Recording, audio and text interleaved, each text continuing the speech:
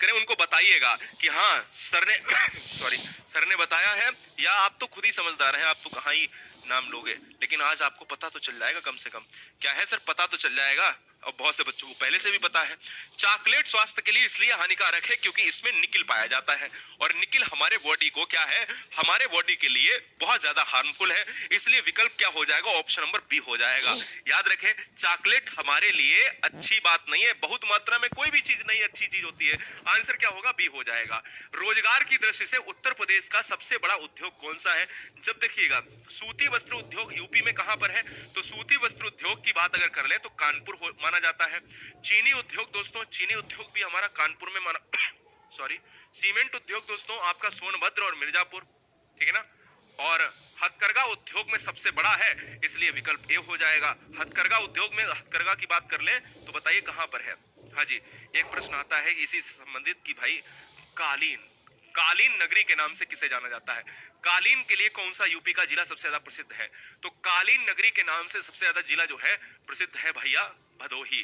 क्या है? भदोही। आपको याद रखना है, भदोही में कालीन का निर्माण बहुत जो है बृहद मात्रा में होता है।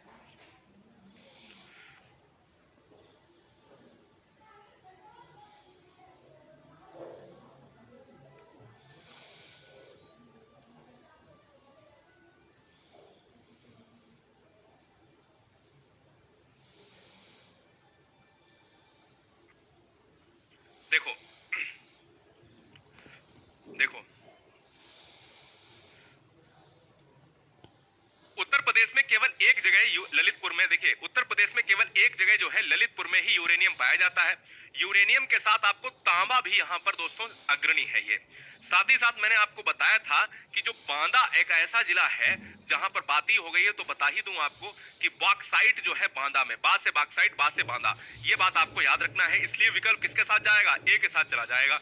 बाण सागर परियोजना जो है किस नदी पर अवस्थित है?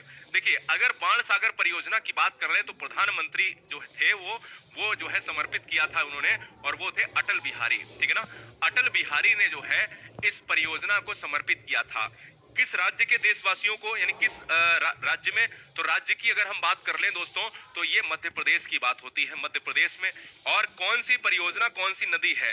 तो ये नदी जो है ये आती है सोन नदी, ठीक है ना। ये सोन नदी आती है तो माता टीला बेतवा की बात करता है, और सोन नदी जो है बाण सागर की बात करता है। रिहंद नदी यूपी की सबसे जो है बेहद महत्वपूर्ण है, जो रिहंद नदी पर है। अगला प्रश्न, उत्तर प्रदेश का सबसे बड़ा आलू उत्पादक कौन सा है? मैंने आपसे कई बार कहा है, देखिए एक दो प्रश्न आपको भी मैं दे देता हूं। जैसे आप बताइए बरेली से क्या है इंपॉर्टेंट, चलो मैं ही बता देता हूं। हाँ एक प्रश्न आप बता दीजिए, बरेली छोड़ो जौनपुर बता दो। सहारनपुर की बात देखिए, सिराज ए हिंद जौनपुर को कहा जाता है। यहाँ की प्रसिद्ध चीज बता दो जो यहाँ से हो या आसपास से हो। सहारनपुर दोस्तों पेपर मिल के लिए जाना जाता है, यानी पेपर टेक्नोलॉजी केंद्र जो है सहारनपुर में है। और पेपर की बात करें और सिगरेट के कारखाने सबसे ज्यादा कहां पर है? सिगरेट उद्योग में नंबर 1 है। बरेली को बांस बरेली कहा जाता है, इसलिए बुढ़ापे के लिए बेंत आप इकट्ठा कर लीजिए। और काजल नगरी के नाम से जाना जाता है। और साथ ही साथ देखिए मैं बहुत गंदा लिख रहा हूं, और फर्रुखाबाद इस क्वेश्चन का हो जाएगा। जौनपुर बताइए, सिराज ए हिंद जो फिरोज शाह जो है भैया क्या है, तुगलक ने बसाया था, बताइए जौनपुर की एक प्रसिद्ध चीज। बहुत बढ़िया। कोई कह रहा सिद्धार्थ नगर की कोई प्रसिद्ध चीज बताइए। सिद्धार्थ नगर का बेटा क्या है? काला चावल, जिसको नमक चावल कहते हैं, काला चावल जो है सिद्धार्थ नगर का है, और उसको जीआई टैग भी मिला हुआ है। निम्नलिखित में कौन सा नगर गोमती नदी के किनारे अवस्थित है? देखिए कानपुर की बात कर लेते हैं तो कानपुर गंगा नदी के किनारे अवस्थित है। प्रयागराज दोस्तों आपको पता है कि गंगा यमुना है ना, और सरस्वती अदृश्य रूप में है। इटावा की बात कर ले तो यमुना नदी है ना, यमुना नदी। और लखनऊ की बात कर ले तो गोमती नदी, गोमती नदी जो पीलीभीत से, गोमती नदी कहां से निकलती है? पीलीभीत, ये भी बात आपको याद रखना है। पीलीभीत की एक झील है जिसको निकट उसके ही झील है, फुल्लहर झील है। फुल्लहर झील से निकलती है गोमती नदी। आंसर हमारा डी हो जाएगा, ठीक है। चलिए, भूपर्पटी में सर्वाधिक पाया जाता है, यानी पृथ्वी की जो ऊपर वाली सतह होती है उसमें सबसे ज्यादा क्या पाया जाता है? बताइए, दिमाग लगाइए। तो पृथ्वी में आप हाइड्रोजन, ऑक्सीजन, सिलिकॉन, एल्यूमिनियम, एक और ई ऑप्शन बढ़ा दूं, हो सकता है गलत हो गया हो, लोहा। बता दो, जल्दी से बताओ इस क्वेश्चन का आंसर क्या होगा। बहुत सारे बच्चे गलत करेंगे, देख लेता हूं इस क्वेश्चन का आंसर क्या होगा। अच्छा ठीक बता दिया। चलो अब मेरी बात को ध्यान से समझ लो। मैं 3 से 4 क्वेश्चन बताने जा रहा हूं, उनमें एक नंबर आप पक्का समझिए।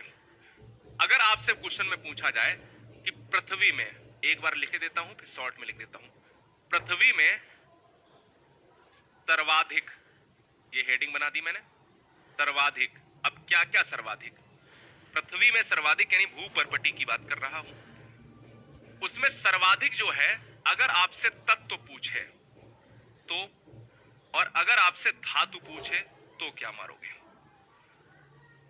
सर तत्व जो है वो आपका आंसर हो जाएगा ऑक्सीजन। क्या हो जाएगा? आंसर इज ऑप्शन नंबर किसके साथ जाएगा बताइए?